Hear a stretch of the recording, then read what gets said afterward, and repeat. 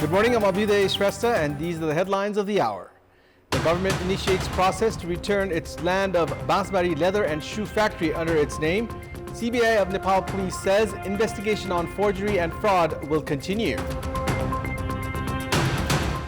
Shortlist published of 14 applicants out of 43 who applied for the post of Vice Chancellor of the Tribhuvan University. Applications demanded for Vice Chancellors for Madhya Paschim and Sudur Paschim universities.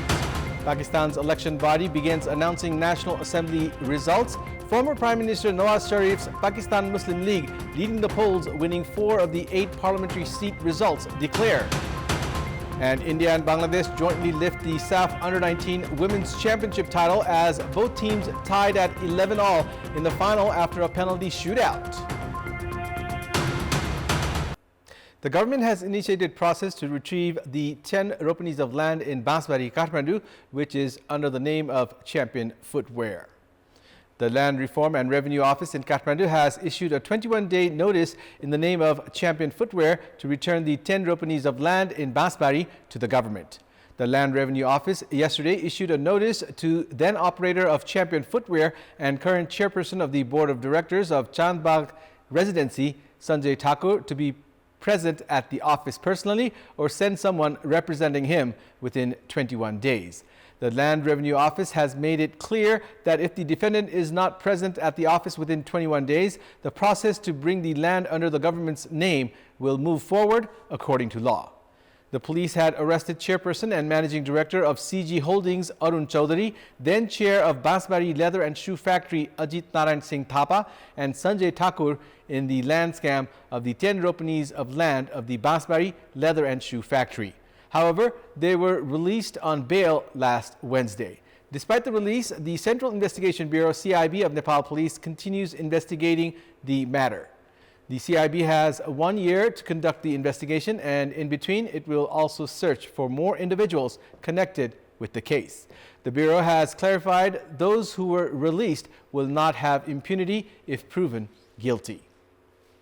Corruption watchdog CIAA has reached the final stage of its investigation into the irregularities seen in the procurement of the telecommunication traffic monitoring and fraud control system Terramox technology. However, the investigation has failed to conclude due to the authorities' inability to take statements from incumbent Minister for Health and former Minister for Communications and Information Technology, Mohan Bahadur Basnet. Statements from incumbent Chief Secretary Vaikunta Aryal and other former ministers connected with the scandal have meanwhile already been taken. During the initial agreement for Terramox procurement, Minister Basnet was heading the Ministry of Communication with Mahendraman Gurung, the Secretary. Former Secretary Gurung has already given his statement to the authority, while Minister Basnet has remained out of the authority's contact. The authority has also taken statements from another former Minister for Communication and Nepali Congress lawmaker Gyanendra Bahadur Karki and the then chairperson of the Telecommunications Authority, Digambar Jha. Sources say preparations are underway to take his statements within the next week to pave way for the authority to file a case. However, the inability to bring to jurisdiction a sitting minister has raised questions on the capability of the anti-graft body and on the lack of good governance on the part of those in state positions. Former Speaker and Vice Chairperson of CPN Maoist Center, Krishna Bhadra Maha, has admitted that he had assisted in releasing items from the customs of the Tribhuvan International Airport which belonged to the Chinese nationals involved in gold smuggling. The committee, led by former High Court Judge Dilliraz Acharya, had recorded Mahara's statement at the office. Mahara was found to have been in contact with the group of Chinese nationals who had smuggled 9 kilograms of gold through electric cigarettes or vapes last year. Mahara has been accused of exerting pressure to release the vapes that had been held by the Customs Department of the Tribhuvan International Airport. Mahara had been in contact with Dawa Diwang, who is a member of the group of Chinese smugglers. Mahara's son Rahul is in detention for his alleged involvement in smuggling gold, while the Central Investigation Bureau CIB of Nepal Police has not arrested Mahara yet. Likewise, Director General of the Department of Immigration Jhalak Ram Adhikari has also been dragged into the investigation for his connection with suspicious individuals and conversation with Dawa Chiring. Although the CIB had not filed a case against Adhikari, the committee has taken additional statements from him. The committee has collected statement of former non-gazette first-class officer of the Ministry of Finance, Bhimkant Bhandari, who is also accused of his involvement in releasing the gold. Sources have said that Bhandari was in contact with smuggler Dipesh Poon and other Chinese nationals. The committee can make recommendations to take against those found guilty, even though the CIB had not filed a case against them. The committee has also taken statement of the main accused of the 33-kilogram gold smuggling case in the fiscal year 2073, Churamani Upreti alias Gore, who is serving prison term. His statement is expected to help identify the group involved with Dawa, the 60-kilogram gold smuggling case, and gold smuggling through vape. Meanwhile, the deadline of the probe committee has been extended by 3 months. Following the Supreme Court's verdict to scrap the decision to swap Giribandhu tea estate land that was done during the government led by former Prime Minister KP Sharma Oli, it was expected that the main opposition would admit to its weak step. However, the party has instead claimed that the decision was not taken when Oli was at the helm of the government. The former Prime Minister, when asked about the alleged irregularities seen in the swapping of the land used to challenge the government for a probe before making any claims. However, the Supreme Court has asserted that his government had made a wrong decision and has issued a mandamus on the government to ensure the tea estate land is protected. The Apex Court's verdict itself highlights that the Oli-led government's decision in 2021 to allow the tea estate to relocate was not consistent with the existing provisions. Meanwhile, former Land Management Minister and CPN-UML Secretary Padma Aryal has claimed that the decision was not made by the Oli-led government, despite CPN-UML having a clear majority at the parliament during that time. A writ petition was filed by Advocate Om Prakash Aryal at the Supreme Court against the decision to swap more than 343 bighas of land in Jhapa's Birtamor. Aryal had called the amendment of laws to make the decision a policy-level corruption. All eyes are now on the incumbent government and whether it will begin a probe now that the Supreme Court has annulled the decision. In our Public Voice segment, we had asked people in several provinces regarding lack of support from leaders in investigations on high-profile cases of irregularities. Let's take a look at what they had to say.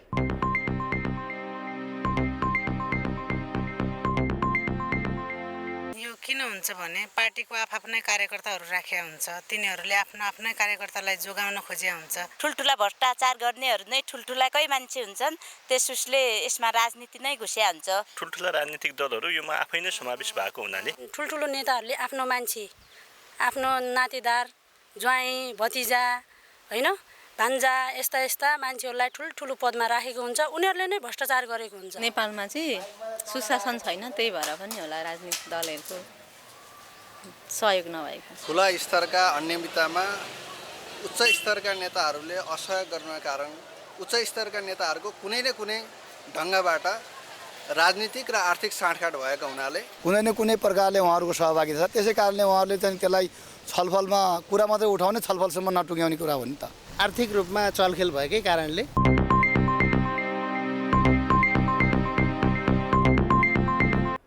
The Selection and Recommendation Committee, responsible for selecting the Tribhuvan University's Vice Chancellor, has published a shortlist of 14 applicants out of 43. To select the Vice Chancellor through open competition, the Selection and Recommendation Committee prepared the shortlist on the basis of evaluation of personal achievements, work plan, among others. The committee has scheduled presentation for the shortlisted candidates from this Monday to Wednesday. After that, the names of 3 candidates will be recommended to Chancellor and Prime Minister Pushpakamal Dahal. Chancellor Dahal will then select and appoint 1 candidate to become the 20th Vice Chancellor of the Tribhuvan University. Applications for the post of Vice Chancellor was requested on 8th of January last month, providing a 15-day period to turn in the application. Prime Minister Dahal has committed of ending the trend of appointing the Vice-Chancellor of the Tribhuvan University through political share and selecting the office bearer on the basis of merit. The post of Vice-Chancellor at the Tribhuvan University has been vacant since 3rd of November last year. Meanwhile, the process to select Vice-Chancellors of Madhya Paschim and Sudur Paschim universities has also moved forward. Notices have been issued demanding applications for the Vice-Chancellor posts in the two universities. It's now time for our segment Public Pulse, where you text us with your opinion. Public Pulse. Here's the question. What should be done to retain the workforce that has returned with skills from abroad? Your options are A, provide entrepreneurship opportunity, B, give subsidized loan, and C, employ them based on their skill. The voting is on. Type NEWS, select your option A, B, or C, and send it to 34001 to share your opinion with us. And it's time now for the international updates.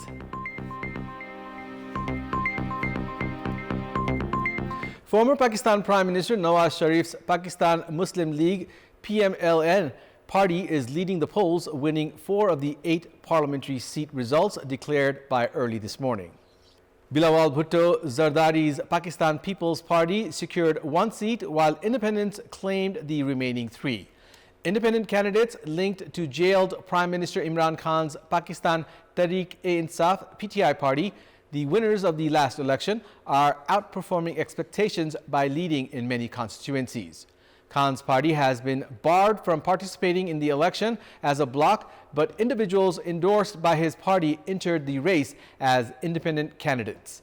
The main competition is expected between the candidates supported by imprisoned former Khan's PTI party and Sharif's PMLN, reportedly backed by the military. Pakistan's vote count following their national election yesterday was marred by delays, leading the Election Commission of Pakistan this morning to order returning officers to speed up the release of results. By 3 a.m. local time this morning, more than 10 hours after polls closed, only 4 provincial assembly results had been announced. The delay has been blamed on internet problems after the closure by authorities of internet and phone access during the day. The Interior Ministry said communications outrages were to maintain law and order after 2 explosions on Wednesday by the Islamic State killed 28 people. Ukrainian President Volodymyr Zelensky yesterday said the time had come to change the country's military leadership in the war against Russia, replacing Army Chief General Valery Zaluzhny. Defense Minister Rustem Umerov said separately that the decision had been taken to change the military leadership. The statements follow days of speculation that President Zelensky was considering dismissing his popular army chief, who is seen by many Ukrainians as a national hero for overseeing the war effort since February 2022. President Zelensky said in his statement he had met with Zaluzhny and asked the general to remain on his team. In his own statement, Zaluzhny said he had had an important and serious conversation with President Zelensky and that a decision had been made to change battlefield tactics and strategy. Colonel General Alexander Syrsky, who has led Ukraine's ground forces since 2019, was promoted to commander of the armed forces on replacing Zaluzhny. The military shakeup comes at a difficult time for Ukraine on the battlefield, with troops facing acute ammunition shortages as vital military assistance is held up in the United States. President Zelensky said the Ukrainian forces proved that they could regain control of the sky, but had failed to reach their goals on the ground in 2023. Russia and Ukraine have exchanged 100 prisoners of war from each side in the nearly 2-year-old war. Russia's defense ministry, in a post on the Telegram messaging app, provided few details of the exchange, but said returning soldiers would undergo medical examinations in Moscow. The ministry also released footage it said showed soldiers returning on a bus following the swap. It noted the United Arab Emirates humanitarian mediation, as did the Ukrainian body overseeing exchanges of POWs. That's all for the moment. Thank you for watching. Have a good day.